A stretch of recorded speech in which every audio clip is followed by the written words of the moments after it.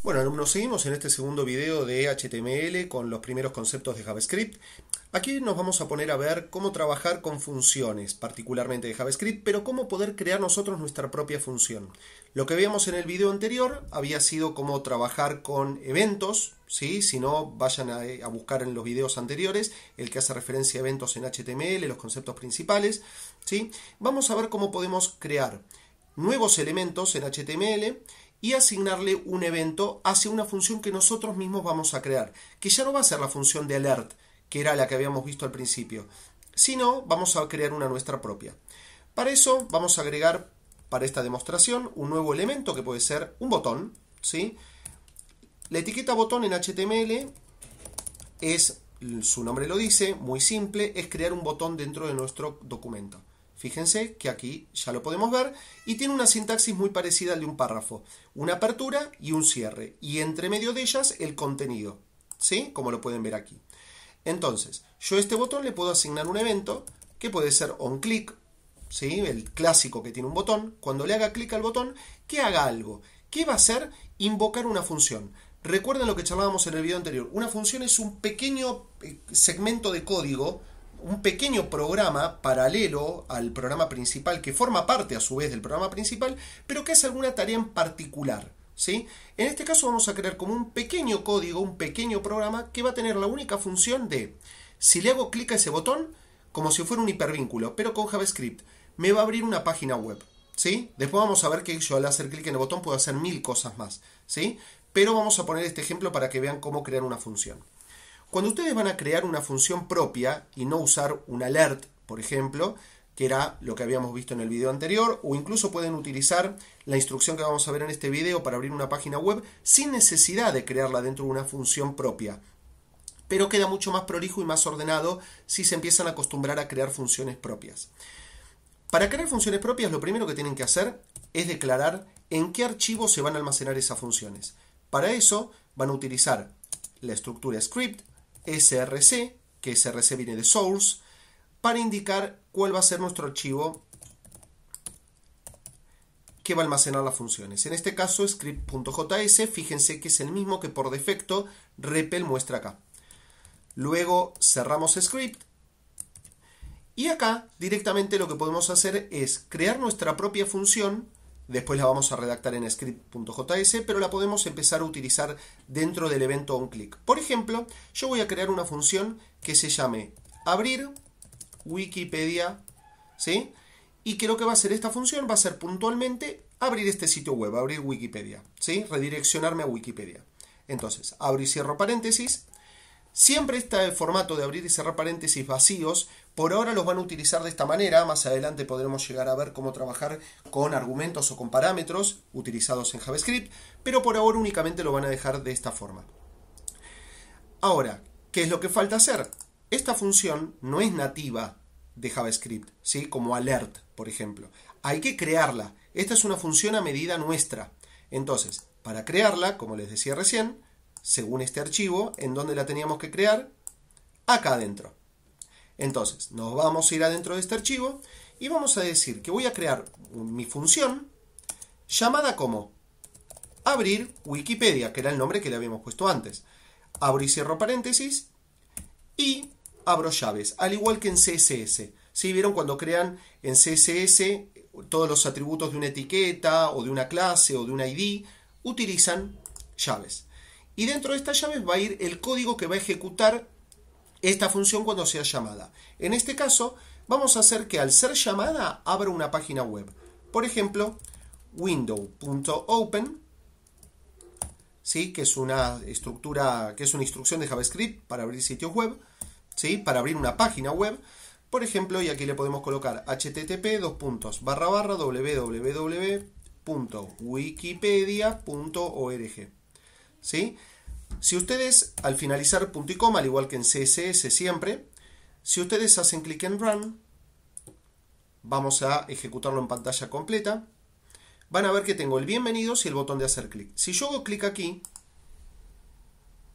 automáticamente se me va a abrir Wikipedia, ¿sí? Pero fíjense que no se abrió en la misma ventana, sino que cargó una nueva pestaña. Si ustedes por algún interés quisieran que se abra en la misma página, lo que tendrían que hacer es agregar antes de cerrar el paréntesis, dentro de los atributos de la instrucción window.open, coma, para separarlo y crear un nuevo atributo, _self. Esto lo que va a hacer es que se cargue dentro de la misma página, ¿sí? Dentro de la misma pestaña del navegador. Lo ejecuto nuevamente, hago un clic aquí y automáticamente se carga en la misma página, ¿sí? No abre una nueva pestaña. Ven cómo de esta manera ustedes pueden dentro de este archivo crear todas las funciones ordenadas, ¿sí? Como si fuera un archivo CSS de estilos, todas dentro de este mismo archivo y no mezclándolas dentro del HTML y haciendo que la lectura del HTML sea mucho más engorrosa. Y fíjense que además la lectura del código es mucho más simple. Yo acá leyéndolo ya sé que por intuición, un poco por sentido común, al hacerle clic a mi botón, ¿qué va a pasar? Abro Wikipedia. Después, ¿qué código tendrá esta función? Bueno, será otro tema, estará acá adentro, ¿sí? Pero este es el nombre de mi función. Y siempre el nombre de la función tiene que ser representativo de lo que va a hacer. Bien, vamos a probar algún otro ejemplo. Vamos a cambiar el evento. En vez de onClick, vamos a poner onMouseOver. Cuando tengo el puntero del mouse encima de ese objeto, quiero llamar a otra función, que se llame, por ejemplo, cambiar color. ¿Sí? Ahora, yo quiero que pongamos este ejemplo ahora. Yo cuando pongo el puntero del mouse sobre el botón, quiero que cambie el color de este párrafo que está aquí arriba, que originalmente es negro. ¿Sí? Entonces, para hacer eso, lo que se recomienda generalmente es trabajarlo de esta manera, que por lo menos es lo que vamos a ir viendo hasta ahora. Es, al elemento que nosotros queremos alterar, le vamos a asignar un ID. ¿Se acuerdan cuando trabajábamos con clases y con IDs en HTML? Esto va a ser lo mismo. Le van a asignar un ID. Este ID tiene que tener un nombre obviamente representativo y vamos a colocarle, por ejemplo, texto bienvenida, ¿sí? Como nombre representativo al P, ¿sí? Ahora, vamos a trabajar acá en JavaScript. Vamos a crear una nueva función que se llame cambiar color, que era la que habíamos colocado antes. Abrimos llaves y vamos a hacer lo siguiente. Fíjense que aquí voy a agregar un tipo de sintaxis nueva, diferente de JavaScript, pero que si ustedes lo piensan tiene lógica, ¿sí? Es bastante fácil de recordar por la lógica que tiene. Fíjense lo siguiente. Cuando yo invoque esta función cambiar color, lo que va a pasar es esto. De mi documento HTML voy a obtener un elemento por su ID. Fíjense en inglés la lógica que tiene. De mi documento HTML voy a obtener un elemento por su ID. ¿Cuál va a ser ese elemento? Texto, a ver, vamos a ver cómo es el nombre que le habíamos puesto. Texto bienvenida. ¿Sí? Texto bienvenida. Este va a ser el ID que yo voy a obtener. Y de mi documento voy a obtener este ID. Y de este ID lo que voy a modificar va a ser su estilo. Y dentro de su estilo, yo tengo un montón de atributos a su vez. La alineación, ¿sí? La demora que tienen las animaciones, la dirección que va a tener una animación, el color de fondo, la imagen de fondo. Ven que hay un montón de atributos propios de lo que es style, ¿sí? El tipo, el border radius, ¿se acuerdan que esto en HTML lo usábamos para poner un borde redondeado? ¿Sí? Miren todos los atributos posibles que tienen vinculados con estilo, ¿sí? En este caso vamos a hacer algo simple, color. ¿Sí? Y ahora, el color del elemento que tenga este ID va a ser, por ejemplo, vamos a colocarle red. Vamos a aquí cerrar punto y coma. Ejecutamos el código.